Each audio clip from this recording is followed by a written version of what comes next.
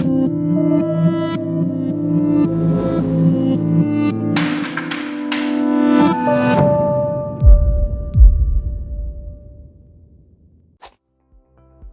everyone, my name is Ruth Wilcock and I'm the Executive Director of the Ontario Brain Injury Association. I want to welcome you to our multimedia podcast series. The mission of OBIA is to enhance the lives of Ontarians living with the effects of acquired brain injury through education, awareness, and support.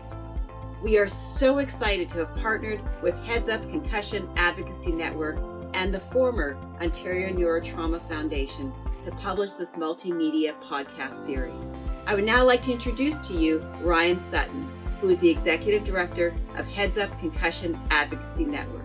Hi, my name is Ryan Sutton. I'm the Executive Director of the Headsup Concussion Advocacy Network, a nonprofit organization whose mission is to challenge the stigma surrounding concussions. One of the most effective ways that we have found to spread awareness and education on this injury is to share the stories of people directly impacted by them. That is why my team and I are so excited to be collaborating with the Ontario Brain Injury Association and the former Ontario Neurotrauma Foundation to produce this multimedia podcast series. I'd like to thank Headsup Canada, Ontario Brain Injury Association, ONF, Ontario Neurotrauma Foundation for giving us the opportunity today to come together to talk about concussion and return to learn. So my name is Penny Welch-West. I am a speech-language pathologist and I work at Parkwood Institute in London, Ontario. I hold an adjunct clinical professorship with McMaster University and an adjunct lecturer position with Western University, where I speak on all kinds of different topics, but the real passion of mine is return to learn post-concussion.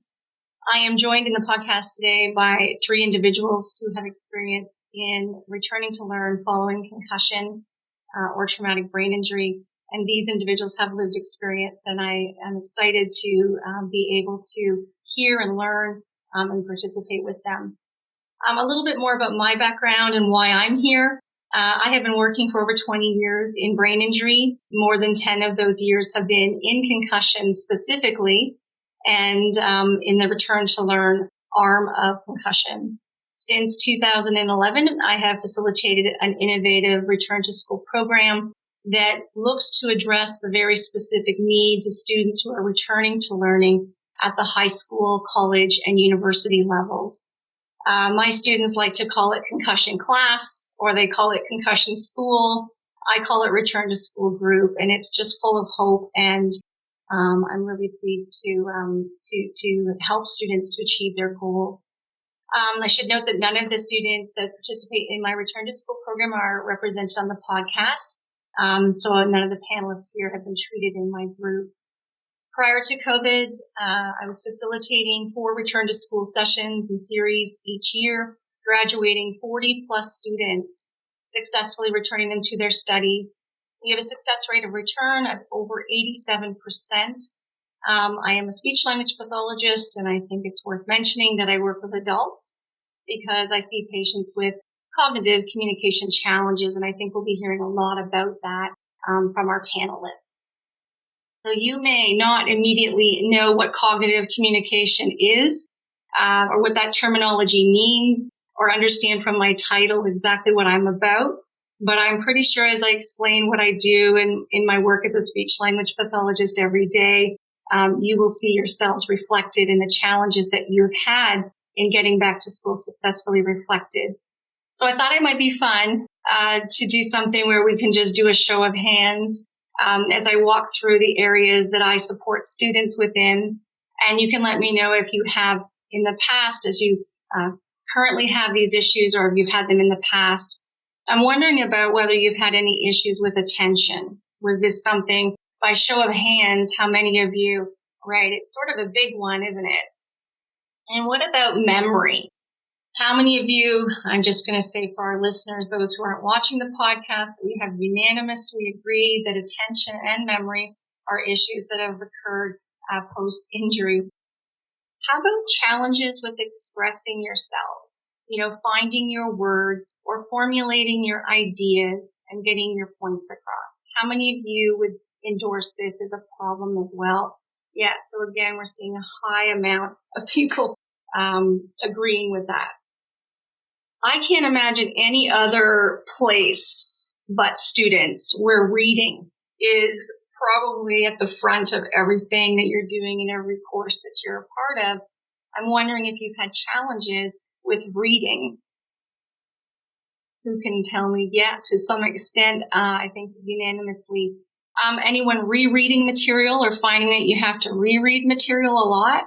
That is super frustrating and annoying and inefficient, right? How about information processing? So challenges keeping up with lectures, right? 100% endorsement on this one for sure. Maybe too, you may find you process with a bit of lag so that students or your friends are telling a joke, everyone else gets the joke, and then a second or two later, you're also getting the joke. It's sort of this slow processing. And again, yes, hands are raised to say that that's a problem. Written expression, changes to texting or emailing or essay writing. Any changes or challenges, difficulty getting your ideas down to paper or finding words, or do you find you wander as you write? Any challenges in these areas? To a lesser extent, and that's what I find in my work too. I think the thing with the writing may be, and you can vote on this, but I think it may be that you have time to formulate when you have an essay, so you're not under pressure typically from a time constraint position. Okay. And what about problem solving? So some challenges sometimes reported to me from my students about difficulty seeing multiple perspectives to a problem or being able to solve something quickly and easily. Any challenges or changes to problem solving? No, not to a great extent in this group. And what about social communication? Social communication are those ways that we interact with others. So this could be a lot of different things. I talk about it as personhood. You know, who we are as a person sort of seems different somehow to people I talk about after their injury. They may find they're more short-fused or irritable or quicker to temper, maybe less tolerant. Changes to their ability to maintain a topic or to hold back something that they know that they shouldn't maybe say, but they might be less filtered. And I see a few hands going with that one too. And this is really very challenging because this is where we start to see the impact not just on the individual living with concussion, but those around them. So friends, family, partners, and those sorts of things. So this is definitely something I see a fair amount in my practice. And then this last area is around executive functioning. So I know one of you knows a lot about executive functioning because you used that terminology when you were popping an email to me. This is around planning, being able to plan and organize and be independent. Challenges by show of hands with this area? Yeah, to some extent. So it's definitely for those of us working in a hospital setting, we see lots of patients before COVID arriving on the wrong day at the wrong time for the wrong therapy. And so it's not that everyone went and sort of discussed how they were going to make our the clinicians' difficult lives. It's really a fact that people do have trouble with the executive or front parts of the brain for organizing and planning. So I think we could all agree that these are really challenges that prevent or are barriers to successful return to school. And I can't tell you how proud I am that we are now with guidelines that talk about return to learn being prioritized over even return to play.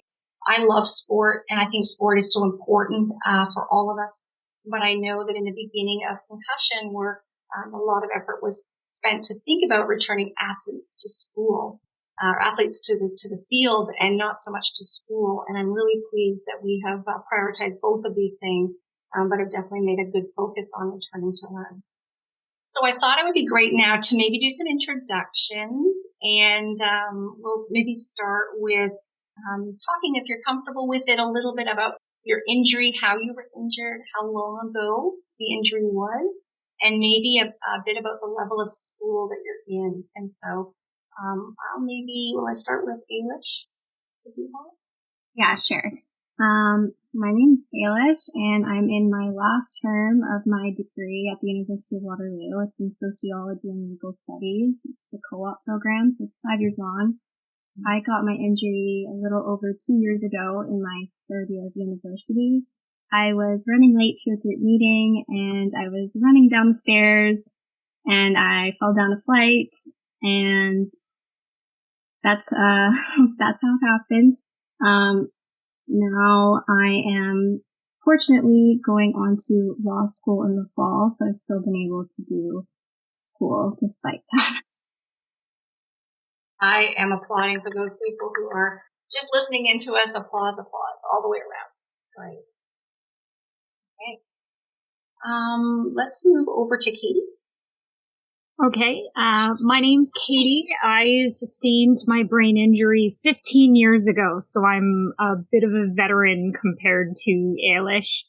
I was in second year university at the time for therapeutic recreation, and I was actually a pedestrian that was struck by a vehicle in a car accident.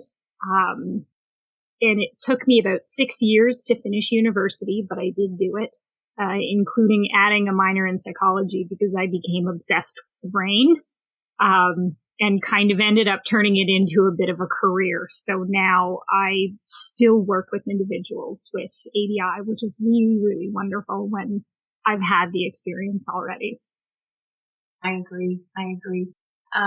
Interesting. I think others will speak to this, but we just spoke to the length of time it can take to complete, degree and what that feels like.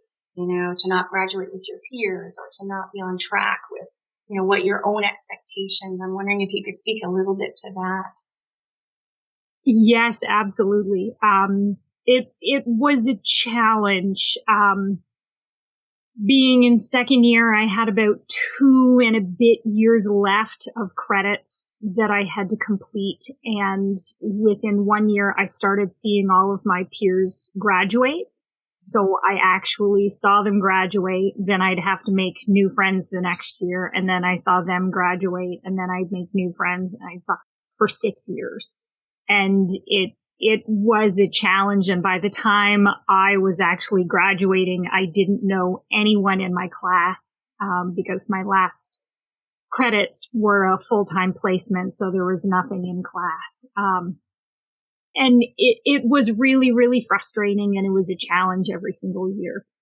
But my professors were hugely supportive of me continuing on and keeping going. And I think without their support, I probably wouldn't have been able to do it. Yeah, that's fantastic. Yeah, there's a lot of those, particularly I see a lot of students around transitional years, thinking about going from high school to first year college, university, and the challenges about those transition years when everyone else is graduating and you're not. And I think it largely depends too on how you are socially. It sounds like you were able to make friends and make those connections and be cognizant of the importance of the social aspect of what is school or what was school before COVID. So that's really great. Abby, can we call on you to chat a little bit about yourself and how you were injured and what level of school you're in? Yeah, hi, my name's Abby. I'm in grade 12.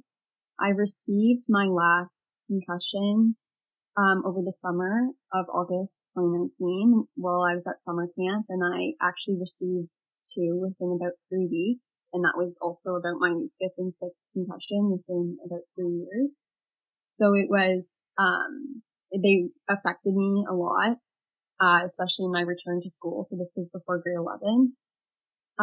But I'm now a grade 12 student, as I said, and I'm fully back at school as much as COVID allows it. And my school is great about trying to have us in person as much as possible. That's super. You brought up a point there that I think is worth teasing out about the multiple concussions, right? The multiple hits. And I'm wondering if you can let me know by show of hands if you sustained more than one hit or injury. Okay. Yeah, so it's really common in my practice to see, we used to think that people were just, maybe a little on the clumsy side, but what we do know now is that our individuals have lots of proprioception challenges and changes to their vision and their balance systems. And so it's not uncommon for people to have multiple histories of hits to their head. One of the most common things is people getting into their vehicle and then knocking their head on the frame of the vehicle. I don't know if that happened to you or not, Abby, but it's really very common.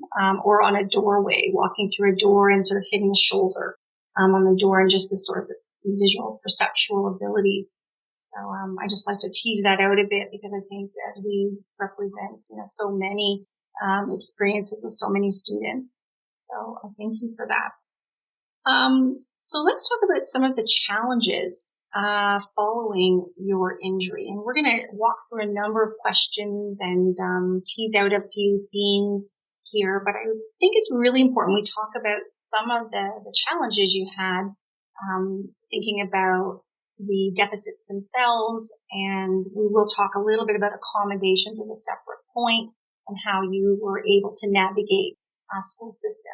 But I'm really interested to hear about the challenges that really maybe motioned you towards treatment, or you knew that something was really, really off. And maybe we'll just go in the same order if we can.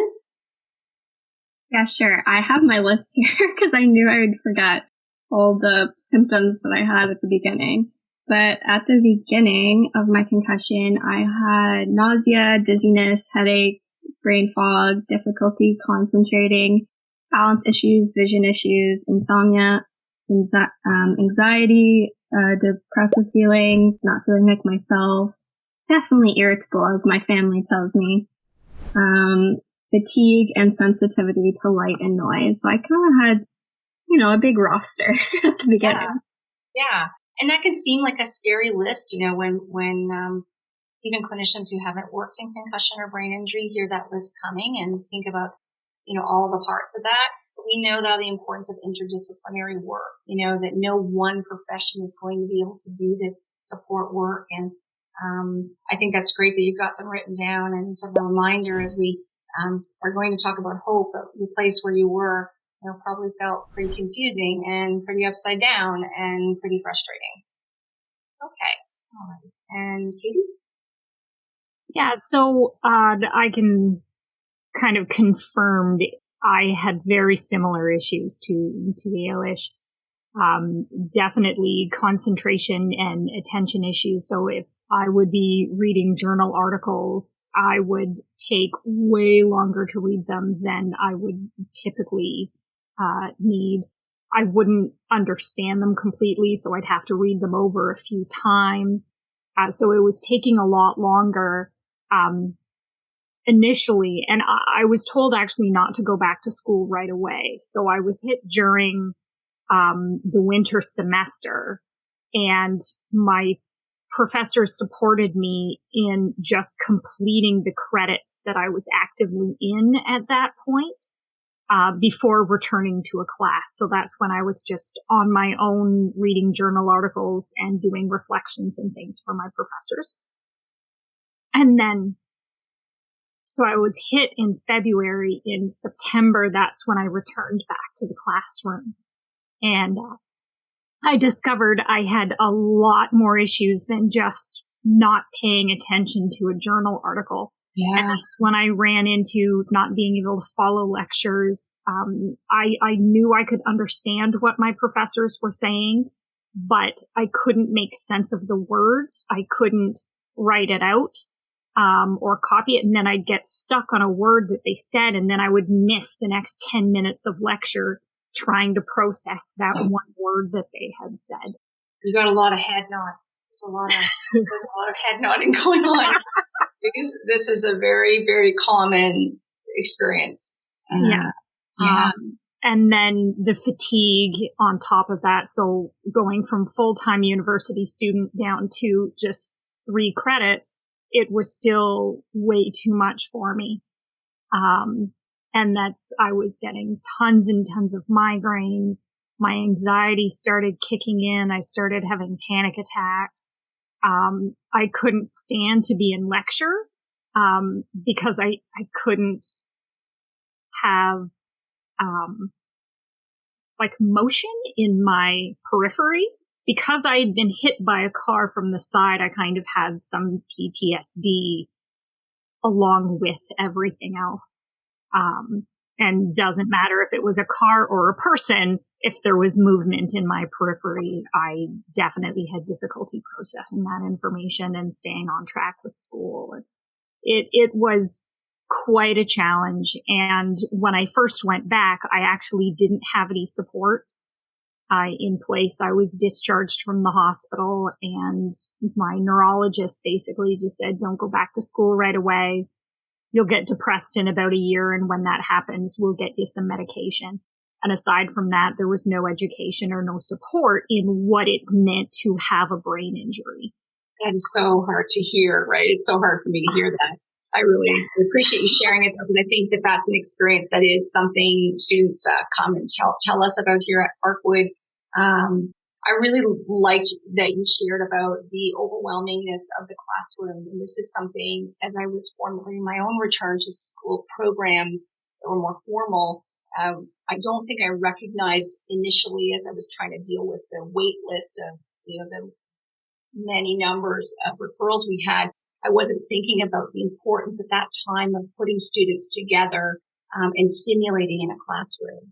And so the simulation of the classroom ended up being the piece that students talked about the most as being the most critical, important piece to be able to practice. And of course, they were with peers who all had the same experience they had in terms of injury, but getting them back into a simulated classroom was really important. And so during COVID, we've not been able to do that. We've run virtual, and I really think we've lost something, because what you described there is exactly the piece I think that is the strength of being in a simulated situation or being around peers. You also talked about movement, and I think that's really interesting. Many of the students we see here have perception of movement also in their periphery when it's not there, and so that can be very unsettling too. And so I don't know if those were your experiences, but yeah. And then the fatigue, I did see some head nodding on the fatigue, because we sort of understand that if we went to the gym and we went on the treadmill and we did some things on the treadmill, or we ran a marathon, we'd be tired and we'd give ourselves a break and we'd take some rest. But somehow the cognitive demands of things that we do as students, or going back to work even, sort of underappreciated because they're invisible, right? We can't see how much the memory had to do a workout, or how much the reading was very taxing. And so I don't think we give ourselves, our students, sometimes the permission to talk about fatigue, because it is certainly a dominant theme with students I'm supporting. So I think that's, thank you for sharing about the panic and the anxiety, because I feel, largely that in the past I've been so stigmatized to talk about that. And I think that's really great to share that. Okay, Abby, would you talk a little bit about some of your challenges and things that you were up against as you were early on in the recovery? Yeah, so as I said, I'd received my concussion in the summer, so I hadn't really realized the academic challenges I would have until I returned to school. But immediately when I hit my head, I didn't feel like myself. I said that to everyone around me. I was like, I don't feel right. I had an incredibly low mood, which was like, I loved to be at camp, that's what was like extremely shocking to me, was I was in a place that I loved, but like no matter what, my mood was incredibly low. I was also incredibly anxious. I had, terrible headaches, insomnia, brain fog, the works, I guess. But, it wasn't until I had come back to school that I realized that I was sitting in classes and I thought I was listening the whole time, and I would leave the class and have no idea what was said or what the material, was. And this kind of lasted all of September, because I didn't really know what was going on. I hadn't really connected the dots. I thought maybe it was just like a return to school. You have to get warmed up into it. And it wasn't until I realized what was going on around October that I, reached out to, a doctor. And it was actually pretty difficult to get an appointment with a neurologist. So there was some waiting time as well. That was a bit unfortunate. But as long as I was vocal to my teachers that I kind of was sitting in class, just zoning out, like not even on purpose. I would kind of focus in and then have no idea, like an hour class could have passed by in 20 minutes for all I knew. But yeah, so once I started to be vocal and understand for myself what was going on, I started to receive the accommodations that helped me recover. It's really interesting, the piece that you talked about with yourself connecting the dots. And I know I've heard from hundreds of students who say this. It's like I had this event happen and I just didn't really think about it at the time. I sort of maybe shook it off a bit. And then I realized later, I was like, wow, I don't feel like myself. I feel different. And then that sort of, it's quite common. It seems sometimes in the beginning of practice, a decade ago, you'd be surprised at students not putting that together, or patients not putting that together, but many don't. It's like the symptomology sort of evolves over a few days to weeks, and then, like you're describing, people start to connect the dots and realize that there's some troubles, and then seek the help. You also brought up about time disorientation, and this is something I'm quite interested in, how the brain can be injured and sort of play with our awareness of time. Many students describe like they go in to do something and then 3 hours goes by and they pop up and they're like, I can't believe 3 hours has just gone by. What happened to time? And so this really makes it difficult when you think about planning and organizing yourself to be able to predict how much time something should take or how much time has passed before you need to take a break or, pace yourselves. And so there are a couple themes there that I hear in my practice too. So, and again, speaking to some of the anxiety and the issues of trying to get access to services. So, how are those challenges supported?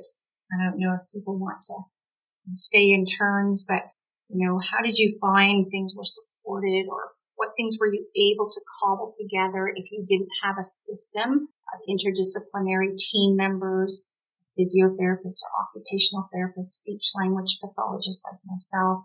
We talk about neuropsychology there. I heard social work potentially. How were you able to do that? And how did you feel those challenges you were going, I'm assuming, to your family physicians with? How was that supported? So I've kind of been through a big cycle of different physicians. At the beginning, about a month after I got my concussion, which was the end of November in 2019, is when I really started to think there's something wrong, like this is not going away. So I went back to my GP, who thought, oh, this might be post-concussion syndrome. I should probably send you to somebody. So they referred me to the sports clinic at the University of Toronto Mississauga campus, which is near my house. So I went there. I saw a sports medicine physician who started to recommend different medications for my most prominent symptom, which is like a 24/7 headache, which just never goes away. And then I also there started to see an athletic therapist, and we really worked on exercises for some of my vision issues and my balance issues, and a lot of manual therapy on my neck, which helped with my headaches a little bit. So that was at the beginning. And then after a few months, I kind of felt like I had hit a plateau with them a little bit. So then I stopped seeking care there, and some time kind of lapsed. I was taking some time off from school. So I had about 4 months of just time where I was dedicating to trying to get better in time for the next school term, which was in the summer.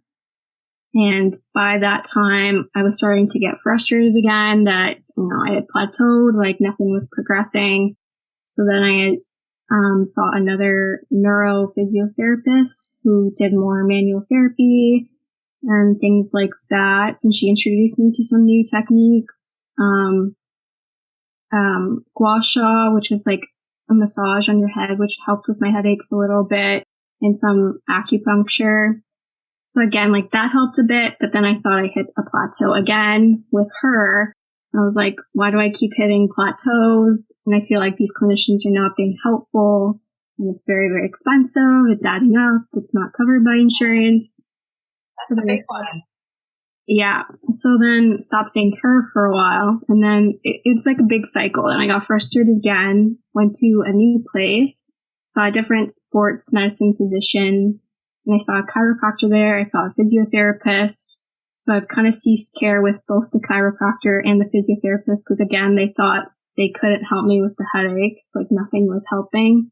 I'm still seeing the sports medicine physician, but I'm kind of in this big cycle. Yeah, it's interesting. I really think you've done a really good job of the physical management. In my experience as a speech pathologist, pretty good job of getting the physical management, or at least getting listened to, about neck and headache or fogginess. But I think some of the contributors to headaches and things are cognitive components. The effort it takes to stay alert and pay attention to something.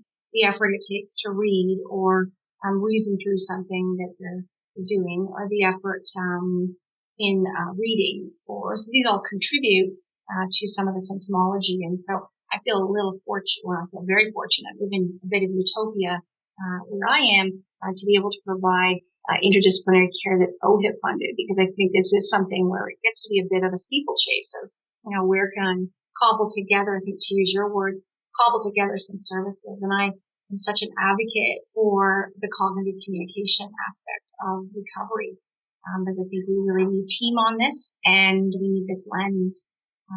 This is my passion, has become, I guess, my life's work. So interesting to hear that struggle and stress. I'm wondering if picking up on that, Abby, if you want to talk a little bit about what you were able to do and talk about how those challenges you had were supported, and did you run into any roadblocks? Yeah, so my school at the time, this protocol has since changed, but in order to get on a return to learn protocol, I needed an assessment from a doctor. Well, whereas now it's you, I had to keep going to school until I could get an assessment from a doctor and come back with like a return to learn sheet saying like where I was in my concussion recovery. Whereas now it's you go home and you don't come back to school until you, show like where you are in your recovery. So that kind of changed, which I'm happy it has changed. But so I also actually went to the UFT sports medicine clinic, and they assessed me initially, and I'd come back to school, but I still wasn't really receiving any accommodations at the time. And it wasn't until I kind of had a personal turning point of I was sitting in a math test review, and I had no clue when we had learned a lot of the material, and I didn't want to just take the test as I had been doing because it just was self-sabotage a bit. So I left the class and I went to my guidance counselor, who immediately gave me an accommodation of not having to take any tests or assessments. But this accommodation could only be continued if I had monthly check-ins with a neurologist and could continue to bring a doctor's note saying that I still needed this accommodation. And if I needed any more accommodations, I would also need doctor's notes for that. So I think there's a bit of a gap there. I think it's hard to, as I said, it took me a long time to be able to see a neurologist. And also with symptoms that are ever changing, I felt that it was counterproductive for me every time I needed something to have to go see a doctor, wait a few weeks for an appointment. So as I said, that has changed since, and I'm happy it has, but that was a struggle I had at the time. Yeah, it really is. I know that physicians also struggle, to make comments on areas of cognitive communication because they're seeing you for such a short bit of time in the office to make a judgment. Students I'm supporting, we complete assessments with those individuals and understand, how they learn and where the challenges are, but more importantly, where the strengths are. What are the ways that they can learn or use certain channels for learning? And I feel physicians are in a tough place to be signing off on something and that it's not something they can also see. So I feel for that, steeplechase, that you get on with, I need another note, I need to get an update. I do try to provide reports to my students, and when they connect with student services, I'm told that my students are well prepared and they know exactly what they need because I have these assessments that help them to understand it. But more importantly, to be able to try which strategies work, so that there's more of a conversation happening between the student and usually the counselor or the guidance, and in the case of the high school, the guidance services. In the college university set, we're talking about services for students with disabilities and counselors there. So I can absolutely appreciate the challenges of that steeplechase, paper chase, and as someone who supports across our region, every piece of paperwork is different in the college university forms side of things, and so I can appreciate the navigation of that. It's really challenging. Katie, did you have anything to add to that about challenges and how you were supported? Yeah. I admire these ladies for being able to advocate for themselves so well and be able to problem solve, because that was not my experience at all. Because I was diagnosed with an injury that was closer to a moderate injury rather than a milder concussion. But I wasn't given any supports. I went back into school and I had no support whatsoever. But the type of injury I had and the area of my brain that was damaged actually also contributed to my inability to recognize that I had deficits. Yeah. So I actually had an injury that prevented me from seeing that I had an injury.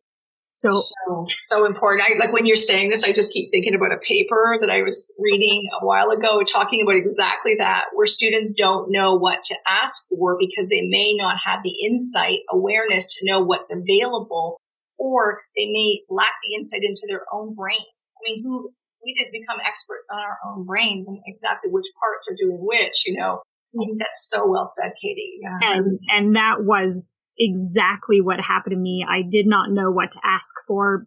I didn't know what could be asked for. I didn't know how to ask because I didn't realize that I needed it. And it wasn't until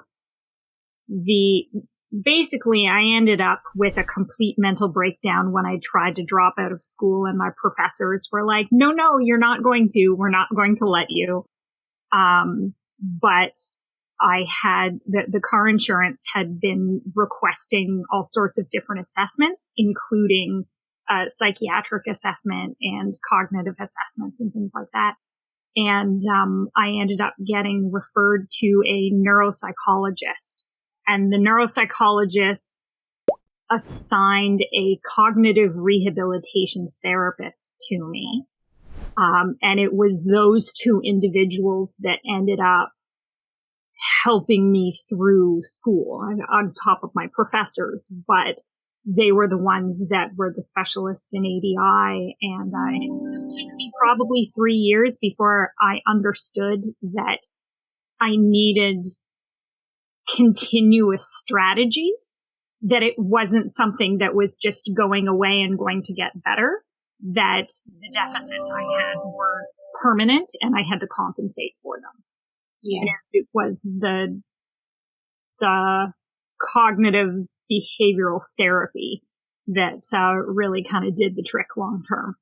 Yeah, that makes sense to me. And I think back to the paper that's Dr. Lynn Turkstra and Dr. Mary Kennedy talking about how students don't access services in universities, and they're talking about the American system and the college. I think for the exact reasons you say here, they don't know what to ask for, they don't know what's available, and they're not fully understanding maybe or appreciating the exact impacts.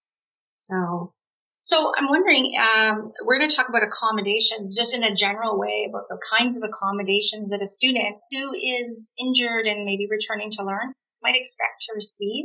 These are accommodations I'm typically writing, supportive. So I'm interested to hear what your experiences were with what was talked about and what accommodations you were able to secure. Abby, do you want to go first? Yeah, so I received, my main accommodation was no tests or assessments, and I had complete freedom in this accommodation. Like, I could come back to tests and assessments whenever I wanted. And then on top of that, I also, if I was to want to take a test, because often there were times where I just felt it was better for me long term to just take the test, I could, if I needed to have extra time, I could have extra time, and also a reference sheet for classes like chemistry, where there's just a lot of terminology that if you're not sort of trained throughout the year and thinking one way, then like you're not going to just figure it out in the testing setting. So classes like that, I would have a reference sheet for. Or formulas and that sort of thing. That's great. Okay. Bayless, have you had a good sense of your accommodations? Yeah, I've had two different experiences with accommodations because I've had accommodations both in university and also during the LSAT test, the 2 times that I took it, which you need to take to be able to get into and go to law school.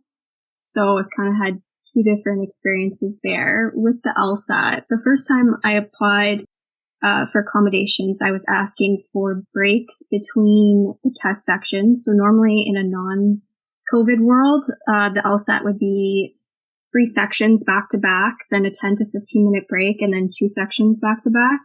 And in the world of COVID, it's just 3 sections back to back, online proctored, because obviously you can't go do it in person, and they don't want people to be able to have breaks if they can't monitor.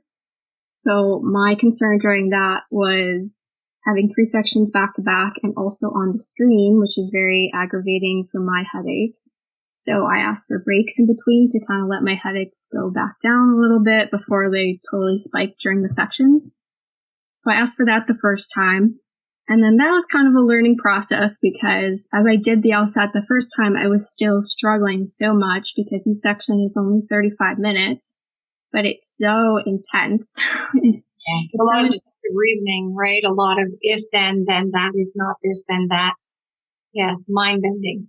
Yes, very mind-bending. It would just make my headache spike more than an average test that I would take in school. And I was having to reread questions over and over and over and over again, more so than I would do in reading a reading for one of my classes. So I was struggling so much with that. And then I would get timed out on pretty much every single session. And I would just get so frustrated. Plus the stakes are so high, right? The stakes are high. And we know this when we go into examination. And sometimes I'll have students who have written accommodation support for additional time to write. And then they'll get to a point, sort of Abby was describing there, well, I don't know if I really need that accommodation. I want to be like the others. And then I'll say, okay, hold up though. Let's remember that the anxiety gets spiked when you get in there because it's high stakes. It's an evaluation. You know, your cortisol is going to spike and you're going to feel stressed. And so the extra time is not just about you need to take the extra time, but it's to help to manage that we're not pressing against time in addition to the other symptomology that you have. So yeah, that's a really, really good point. Exactly. And that's, I learned from my mistake. I did the LSAT a second time because I wasn't happy with my first score. And then the second time I applied for the breaks again, but I also applied for additional time for that reason so that I could have time to read questions over and over and over again. I feel like having extra time is one of the most controversial accommodations, especially in the context of the LSAT and with law school. Yes. Will be coming later, but I feel like because people think you're getting an unfair advantage, especially in a test that's so time intensive and every second counts. And it was, it's just so hard to wrap my head around the fact that it's like, okay, I'm not abusing the extra time. Like I need to reread these questions over and over again just to process it once. Right. Everyone learns differently. And this is what I say when I get pushback, and I don't get a lot of it, to be honest with you, but I get pushback on those things is that everyone learns differently. We all have different styles of learning. The 4 of us on this call would probably, if we got a new cell phone, approach it a bit differently. Someone's going to take it out of the box and start doing it. Someone's going to call a friend and get a tutorial. Someone's going to YouTube it. All those different ways. And when we think about glasses, do I have an advantage because I have glasses and you're not wearing glasses, Abby's not wearing glasses? But we need these things. These are accommodations that support the cognitive processes and they're based in science. And that extra time is one I think that is really important. I'll let Katie speak and then I'll add a couple of accommodations I'm wondering about no one's brought up yet. Katie, can you talk a little bit more about additional things that you didn't hear or that you had? Yeah, I think the extra time was a big one for me, especially on exams. I was also given the opportunity, if I needed extra time on assignments, I could ask for extensions. And that was sort of on a assignment by assignment basis. And I actually got permission to record with a little digital recorder all of my lectures. And I had a note taker. So eventually I gave up trying to write my own notes because they made no sense whatsoever. And I couldn't follow lectures if I was trying to do two things at the same time, listen and write. So I ended up with a note taker as well as the digital recorder of the professors. And the combination of all those helped tremendously. When I was writing exams, I also was given a private or a semi-private room that would help with attention. I mean, compared to writing in a big row with 300 people in a gym to 4 of you in a room, it was a complete game changer being able to focus. And I still found ways to be distracted, like the ticking of clocks and things like that. Movement. Yeah. But it was definitely still much needed and a huge benefit, because I wouldn't have been able to finish the exams. I'm really glad you brought up the extra room, the separate room. And I think that there's lots of ways to conceive of those rooms, whether they're one student in one room or as you're describing, a few lesser students in a room. And I think for me, when I'm writing that, I'm often writing it because we talk to students about the importance of auditory rehearsal when they're in the examination.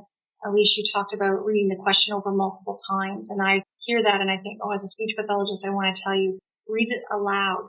When you read it aloud, you're going to process and turn on different parts of the brain that are going to help with the memory and the recall retention of that.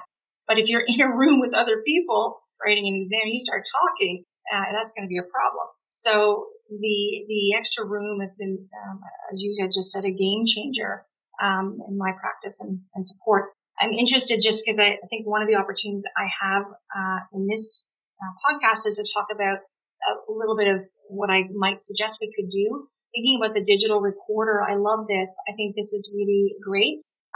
We know that taking notes by hand is preferable. We know that that's the better way because we have to stay active in our listening when we take notes by hand. And so turning it into our own words is really important as opposed to verbatim notes that people take when they type them. But then headache, fatigue gets in the way of that. And so I'm not sure if you're familiar, and I didn't think to bring it to show it. But there's a pen, it's a digital pen called LiveScribe. I'm not getting any kickbacks from talking about LiveScribe pens, but it's a smart pen. And essentially it looks like a pen, but it has a digital camera embedded in the tip. And it works with specialized paper so that you can turn the recording on and make your notes and record your notes. And then if you kind of feel symptoms, that are preventing you from keeping up or you're losing track, you can leave little stars or notes that have to come back to this. And the audio is still recording in the pen. The cool thing about it is you have your book and maybe you've done a 3-hour lecture. You need to go back and get information. You can flip back and you can touch the paper, the pen to the paper, and only the audio associated with that section of the page is going to come back. So when we think about efficiency, so many of you I know I saw everyone, it's a podcast, so people are listening in, eyes went wide open. Where is this technology and where has it been? It's been around a while and it's something within the return to school program that I facilitate. We routinely demonstrate that. And I thought, and if we do take a break, I can bring it and show it to you, but it's really, for me as a person who loves neuro and loves the idea of neuroplasticity and the idea we could change the brain and we can do better when we know better. Using that recording pen means my students can take notes by hand, just like I'd like them to do, and they can have the audio backup as well. And so it's really much more efficient. Most of you, I would bet, you're pretty accurate. You can get the job done, right? It's not about that. This is about efficiency. And this is largely about the energy it takes to be efficient. And so I really, my hat's off to students that are going back, because it's very demanding. And I don't think it's ever about accuracy. It's almost always about efficiency. Okay. Are people doing okay? Does anyone need a break? Are you doing all right? And thumbs up. I'm getting a thumbs up. Okay. So we talked a little bit, I think Abby spoke to the steeplechase of the, trying to get those accommodations and those protocols, in place. And I'm wondering who helped, who were your helpers when we were thinking about, getting those accommodations in place? Who helped with that process, or did you, maybe you largely did that on your own? I will invite whoever would like to talk about who helped with the accommodation side. I think I just wanted to note that I also go to a private high school, so I think I don't have experience with public high school or the guidance department at public high schools, but from what I've heard from some of my friends, they're like shocked when I tell them about how involved guidance counselors are, in a lot of our lives. So I was very comfortable to go to the guidance department when I felt that I had an issue. Okay, great. That's good to hear. Yeah. So that's who navigated or helped figure out which things could happen. Yeah. So initially it was the guidance department, but as I said, then I did need to continue the accommodations through doctor's notes, and also through seeing a neurologist. I was able to explore new accommodations. I know it was recommended to me to kind of take the year off and plan for a gap year, which I didn't do, but it was a good conversation to have. And also my teachers were incredibly supportive. They would allow me to leave class anytime, because I would often become really overwhelmed. If I wasn't able to keep up with what was being said, I would start to cry, and then they would just say, you can go walk whenever you want. So that was really helpful. They would also encourage me to come meet them one-on-one, which, also could be more available than at a private school. I'm wondering about that. That's an interesting point. Because some of those emotions are right at the surface, Mm-hmm. At the surface. And it's, as I hear you speak to it, made me think about, the number of students I talk to, particularly in the high school group, who say largely they were supported sometimes by people who had experience with concussion themselves, or they had children who had experience with concussion. And so as I think we're thinking about how that played for anyone, did you encounter people who helped champion because they knew what you were going through? Anyone have that experience?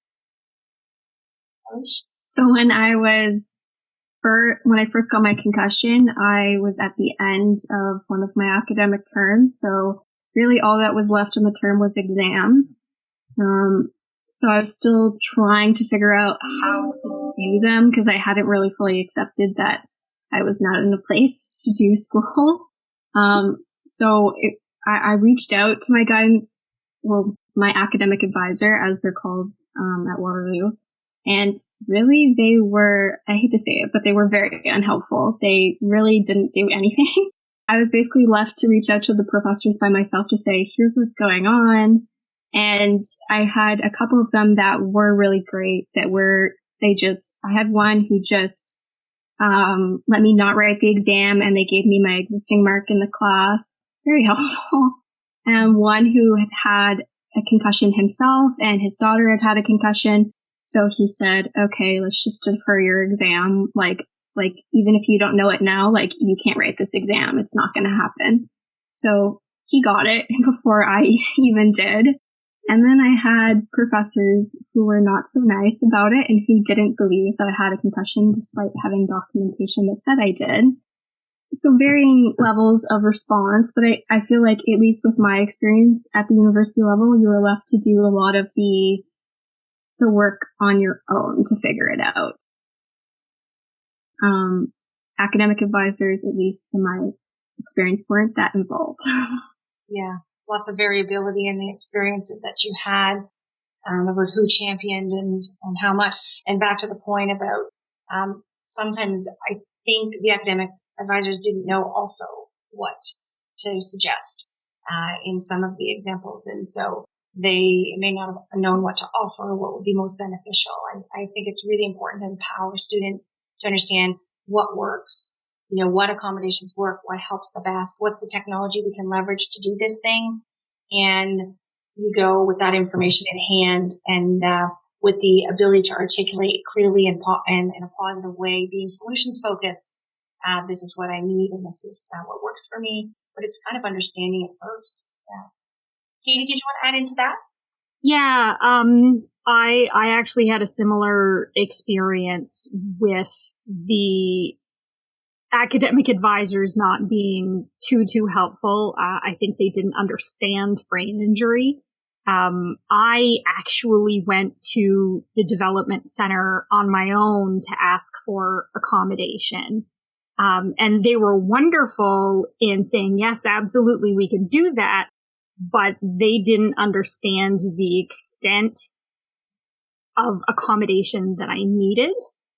So while they still gave me accommodation, it turns out it wasn't quite enough. I was still doing full-time courses, and I really needed to cut it back to one course until I could figure out how I was learning again. And it was my actual professors that were the most amazing. But in my experience, I think it was because of the type of professors I have. My degree is therapeutic recreation. My minor is psychology. So every single one of my professors was either a therapist or basically a psychologist. So all of them had a very, very good understanding of what I was going through, in some cases even better than what I understood. Mm-hmm. So when I had a complete breakdown and I was trying to finish school because I didn't understand what was happening, my professors were the ones that said, no, we're going to accommodate this, where they gave me an incomplete on my courses. So I was able to finish them all at my own pace. And they were amazing. And then I, with the support of my psychologist at that point, was able to reintroduce one class at a time, and gradually built back up. And that's why it ended up taking me the 6 full years to finish. And that's really great, because that was a perfect segue to my next point, which was about what was the timeline like for your return? When you went back, did you go full-time? Did you go part-time? Certainly students I'm counseling, I'm talking about part-time. We're looking at the symptoms and sort of matching up what we think. Is this going to be a one course kind of thing? Is it going to be for credit, not for credit? We've been really creative in trying to create learning opportunities with lower stakes. And I do think that advice about part-time studies, it's not always received well when I say that, for all the reasons we talked about earlier, trying to keep up with peers and not having maybe all the awareness.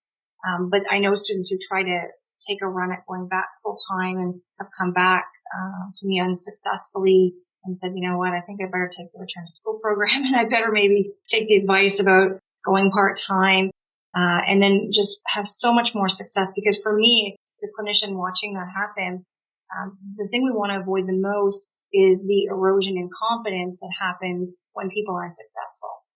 And this erosion of confidence starts to be something that, the way we talk to ourselves. And I'm always saying that, we would never talk to strangers the way we talk to ourselves sometimes. And I think we need to be kinder, and give ourselves permission, to learn in different ways, to understand what's going on with us. And the part-time route, as we keep saying here, is really a game changer, for people. And when we can get the full-time off the table, for folks, it sort of reduces the pressure, the anxiety, the flare-ups, the headaches, the fatigue. And then we can just do that really well and get people on good footing so that we don't have the confidence erosion effects. So, Abby, do you want to speak a little bit to how you returned? Yeah. So just building off of what you were saying, I think there's also a huge ego thing when it comes to an academic setting. So when I was working through certain accommodations, I was told to time completely off school, not even attend classes, which I just couldn't do. Like, I just couldn't sit at home. But then I did realize that me sitting in class and hearing all the things I was missing was actually just causing me anxiety, which, as you said, was prolonging my recovery. I do wish with my timeline, however, that I hadn't maybe just stopped doing tests completely, because there were certain classes that the tests were more taxing than others or required more memory than others. So maybe I should have taken time off math tests, science tests, but I, like, in hindsight, wish I continued writing my English essays because I had more time to do that. Because my accommodation just got longer and longer the more things I was piling up to have to take in the future. And I never actually ended up going fully back to school. I'd taken a few of the later unit math tests by March break, and then we never went back. And I honestly, I would have never been able to catch up for the exams, and I probably wouldn't have been able to pass grade 11. So I do wish that I'd been a bit more calculated and thoughtful about the accommodation. And counseled maybe too, right? So I hear exactly what you're saying, and you're actually super insightful for realizing this, that not all courses are created equal, right? The reason we do the round of applause for Lish over there is because she's going to law, right? Law is one of these places where there isn't a lot of accommodation. I don't have a lot of success getting recorders, the digital recording pen into law schools, consent. They're not all created equal, and we're not all created equal. For example, you may be really great at calculus, right? This may be very easy for you, and it's not taxing at all. Where for me, maybe writing essays is going to be really problematic. And I think that's really great wisdom. And this is what we try to do with our students, is to help them understand, well, what are the things we can take on now? How do we need to modify the things that we're going to take on and not completely pull out? Because I do think in the beginning, and there's a question going to come up about this, is, how will we manage in acute care? Because I can think of our team going over to Emerge and really saying to the physicians there, please don't tell these students to go into dark rooms and not give them a path back out. When you do that, you actually create a recipe for depression, in our opinion, because you're not connecting to meaningful things, your social groups. And so I think that your point about, complete withdrawal, I don't think I would recommend that for sure. And I feel like that's smart that you were kind of aware of what you may have needed. Yeah. But not every student is. But I think going to the dark room, was anyone told to go to the dark room and turn all the lights out and stay there with no path to return? I mean, I think in the first 24, so yeah, a couple of you are endorsing that, but I think it's important that we have rest in the first, period, 24, 48 hours. Shortly thereafter, we need to start taking some meaningful steps to engaging again. And if there's no path out in this, I think this is what clinicians do, is to try to build a path that makes sense and is paced and planned to do that. But it sounds largely like sometimes you're left to flounder and figure that out on your own, which is really, really unfortunate to hear. But go ahead, Abby. I was just going to say, I think another misconception, when it comes to accommodations, is that one day you're going to wake up and that everything's going to be fine. You're going to say, now I don't need the accommodation anymore. And I think I was under this misconception for a bit as well, that I thought that suddenly I would come to school and be able to retain all the information, and that I would be able to take all the tests that I needed to take and catch up on all the work I needed to do. And obviously that's so far from reality, that I think with accommodations, I think when I was approaching mine, I was like, I'll just have this for a bit until I feel better. But because that was my misconception, it took a lot longer to recover. And furthermore, confidence eroding, right? Because you're not meeting some arbitrary bar. And just so you know, when you were talking about that, the choir was nodding the entire time about what that felt like. For sure. Yeah, you just sort of wait if they feel like it's going to disappear. And I like to think of it, and the students I'm working with, is it's sort of a new normal. This is a new way. I'm going to argue too, this might be a little bit controversial, but I'm going to argue too that in a lot of ways, when we can get the students that I'm working with, and probably yourselves, figured out in terms of what strategies work evidence-based ways to study, evidence-based ways to read, evidence-based ways to tackle and leverage technology to support that they actually learn better. And there's a subset of my students who are exceeding expectations we've ever set, them for themselves and that I've set for them. I think largely because they've had to become good self-managers. And these are evidence-based ways that are just better ways to study. And they don't have the energy, to do things in ways that aren't efficient. And so there are many students going back who say, wow, I wish I had all this information about how I studied, how I learned, and how I could use technology before I had my injury. I would have been a way better student. I would have been a way different student. And newsflash, I my undergrad and my master's, if I had known the things I now teach, I think, I probably would have been doing things differently too. Anyone want to add into that? I was definitely a better student once I learned how I learned.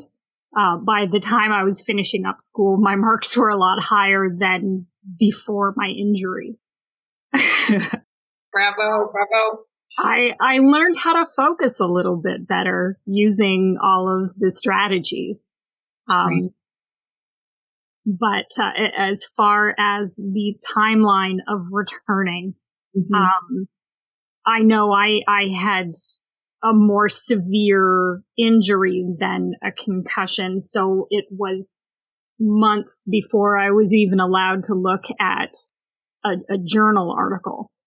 I tried, but then I'd throw up for 3 days. So I decided. So not worth it. No, definitely not worth it. Did you find any simple strategies that work to get back to those journal article readings? Did you find things that work? Once I got to the point where I could read without vomiting,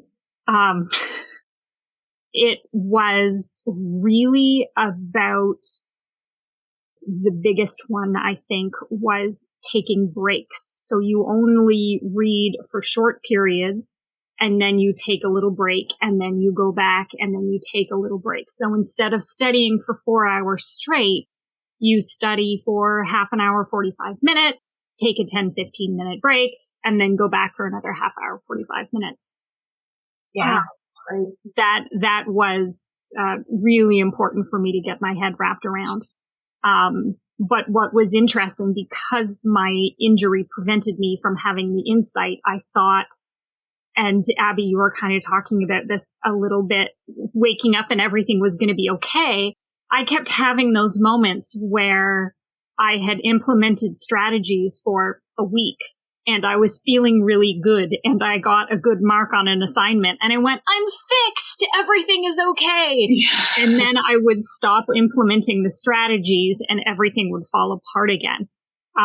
So really internalizing the strategies and having them become a part of my everyday was a huge challenge. But I think that is ultimately what ends up making me successful even now that I've re-entered the workforce. Yeah. Because I still, 15 years later, still use strategies every single day. Yeah. And I will say I have students who are at, who at Ivy School of Business who went on and did, work at, very large firms. And they are coming back and telling me that their peers and colleagues come to them to learn about how they organize and how they actually structure because they're very efficient and productive. They have to be this way. But it's sort of become a beacon of, light for other people who are looking for the same kinds of, systems that work, strategies that work.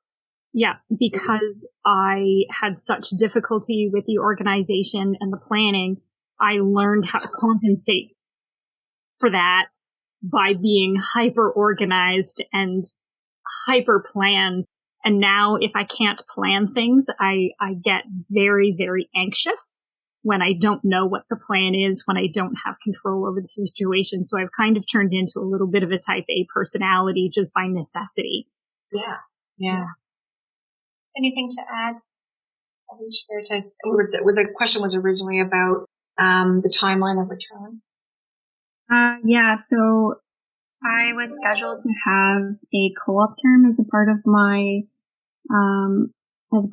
degree, like starting 2 months after my concussion in January. And I was still under the impression that I would wake up one day and it would, all be better. So I went to the first day of the co-op and it went so horribly. And then from there I was like, well, I don't really see how I can productively do this co-op and sit here for 8 hours a day staring at a computer. It's just not going to happen. And they did offer to try and have me do half days, but then it wouldn't even be counted as a co-op credit. So it just didn't make sense. I didn't even think I could sit and look at a computer for half a day at that point. I would look at it for 5 minutes and then I'd be lying in bed all day. So I took those 4 months off. I dropped the co-op and I just went to see the physical therapist at UTM, and I was doing exercises with them.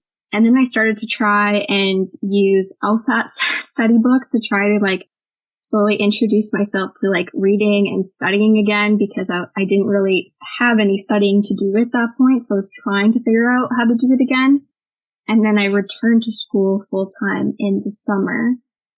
Probably shouldn't have done full time in retrospect, but it kind of worked out in that I had 3 of my courses online and only 2 of them in person. So I was actually able to stay at home and I didn't have to move back to Waterloo, which I think really helped because then I wasn't worried about making my own meals, going grocery shopping, all the things that you don't think about that add up with symptoms. Thank you. Yeah, this seems like a really good segue to the question I was going to pose, because I didn't have it on my list, was, what has been the effect of COVID in terms of learning, return to learn, and concussion? I have thoughts about this, but I'm really interested to hear, because we have Abby with us, and I think probably you're cohorting, Abby, so cohorting in. Yeah, so that's a very unique, it's an interesting way they pivoted to that. But how has COVID affected return to learn? Let's talk about that for a few minutes. For me, so I am cohorted and I do notice. So my school tries to have us as in person as much as possible, according to the government, what they say. So with that, I would much rather obviously be in person than online all day, because when we are remote learning, it is Zoom from 9 a.m. to 3:30. And that is, I think, too much Zoom for anyone, but especially someone with a concussion or with post-concussion concussive symptoms. So that's something that I think I'm sure a lot of people in similar places as us have to deal with through the pandemic, is all the Zoom and the Zoom fatigue. Yes. I think another thing as well. Mm-hmm. And I think another thing as well is that there are learning gaps, because when we did switch to remote at the end of last year, people weren't really learning remotely because there wasn't enough time for schools to set up a proper remote learning plan. So there are learning gaps, which it kind of gives me more confidence, strangely, because I have so many learning gaps from last year, but also so does everyone else. Kind of leveled the playing field a bit. It's leveled that. So that was kind of lucky in a way, because now we're all kind of coming back to learning in an in-person setting altogether. So I don't really feel like there's as much of a gap between me and my peers. It's interesting. I noticed the same thing. I'll let others speak to this point too about this, but there was all of those things you described about the screen fatigue. My return to school program, we ended up recognizing that they were online so much that we had to do an in-person, and we made an exception within the guidelines from the health unit to bring our students back. Because I said they can't keep doing this, that we need to be in spaces together, practicing with the materials. But yeah, I think the asynchronous abilities for some folks who ended up being able to get home, and as Alicia's described there, being able to be at home with maybe a support person or a family that can help with meals, and sort of takes the pressure off of some of those things. And you can watch when you're at your best. I can stop it and pause it. So I think that's an interesting thing. Other experiences with COVID and thinking about return to learn? helpful, hinder? Go ahead, Ailish. Yeah, so that was a different term where I was doing 3 classes online and 2 in person. That was in the summer of 2019. My concussion was in 2018. So I still mix up timelines. But now it's fully online and I'm at home. And I find with that, it's both good and bad. It's good for the reasons that have already been mentioned in that I can do things at my own schedule, pause and play lectures, which is very helpful in taking notes because I find it difficult, like Katie talked about before. Taking notes and listening to lectures at the same time is virtually impossible for me now. I'm always pausing and going back because I didn't get what they were saying. But so it's good for those reasons. It's obviously bad because of the amount of screen time, which aggravates my symptoms. But because of COVID specifically, I knew I would be on the screen all the time. So I was able to get a grant for a screen that doesn't have LED lights in it. So I've been using that, and that has been, it's hard to judge how helpful it is because my terms change so much. Because I know last school term I was writing a lot of essays, which I find is more intensive for me than just taking tests. But so now I have the screen, so I think it's helpful. I'm finding it hard to judge because it's not the same content this term, but so I had to implement that strategy specifically because of COVID, and I knew it would be so much screen time. I was just thinking about those asynchronous lectures, and there were some subset of students who could slow things down, go back and repeat, because you can't do that with the prof in the class, the teacher in the class. But there were a number of students who actually sped them up. There were some slow speaking instructors, and they could set the tempo of the playback. So I thought that was an interesting, Okay, we have just a few minutes left. I just wanted to touch on, if I ask you to think for a minute about what do you think, in your experience, is the most important recommendation you would make to someone else who is in the situation you have been in or are in? What would be the one thing that you would recommend in terms of others balancing life and stressors to prevent burnout or increase their symptoms? Go ahead. I think my recommendation would be specific to accommodations, in that I feel like the next time I apply for accommodations, which will be in law school, we'll see how that goes. But I feel like I'm going to take a whole different strategy than I've done. I've only applied for accommodations once in university, and I still felt like I was scared of asking for too much. Like they would say no, like they'd, say I wouldn't need it, or I was scared of asking for too much. Kind of ego, which Abby touched on a little bit. So I feel that, and I've had another friend who's had a concussion who also has accommodations at her university kind of said this to me, which I think would be great to anyone moving forward who's thinking of applying for accommodations, is shoot for more than you think you need. And it's not greedy. It's not that you're trying to take advantage. It's because you really don't realize what you need. And then if you find after you're starting your courses, you need those things, great. Now you have them available to you. And if you don't need them, you don't need to use them. Whereas if you only apply for certain strict things and you find that you want something else, or something else could be beneficial to you, you haven't applied for that. So you'll need to go back to a doctor. You'll need to get a whole bunch of different assessments done in order to get that. So I feel like that would be a better approach I could have taken for applying for accommodations. Katie, what would you want others to know? Be patient with yourself. I think that was something that I really struggled with. I kept thinking that I should be performing the same way as my peers and graduating up the same timeline and taking the same amount of time for tests and assignments and things like that. And in reality, that's just not reasonable. And that's okay. That is okay. Don't give yourself a hard time. And Ailish was right. You always ask for accommodations and ask for more than what you need. Also, look for grants. She mentioned the computer screen that didn't have the LEDs. That would be amazing, even if I could have it now for work. And when I was in university, it was long ago enough that smartphones didn't exist yet. And I got a grant for a Palm Pilot, and having that to help organize myself was huge. Yeah. Really good point about that. Because it's really good. This is like the awesome group here that gives wonderful segues. It just made me think about the technology bursaries. So if you were OSAP eligible for even $1 of OSAP, okay, you are eligible for the technology bursaries, which are in the amount of $2,500, which could really serve to assist with technology supports. And I think people often aren't guided, depending on who the counselor is, and they're not guided towards these things because they don't know they exist. Yeah, so, you're never told about them. You have to dig, you have to ask. Yeah. And you have to be your own advocate in that case. Abby, the one piece of advice you want to give?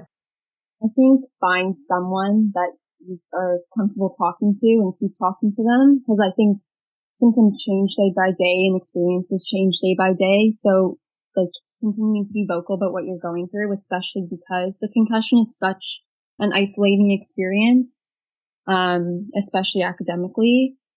And also and it's also so important to educate those around you if you want to feel supported. I know when I was receiving my accommodation, a lot of my friends saw me as lucky for not being able to take tests, when it's really the opposite of what it was. So me being vocal about that and saying, you know what, I would love to take a test.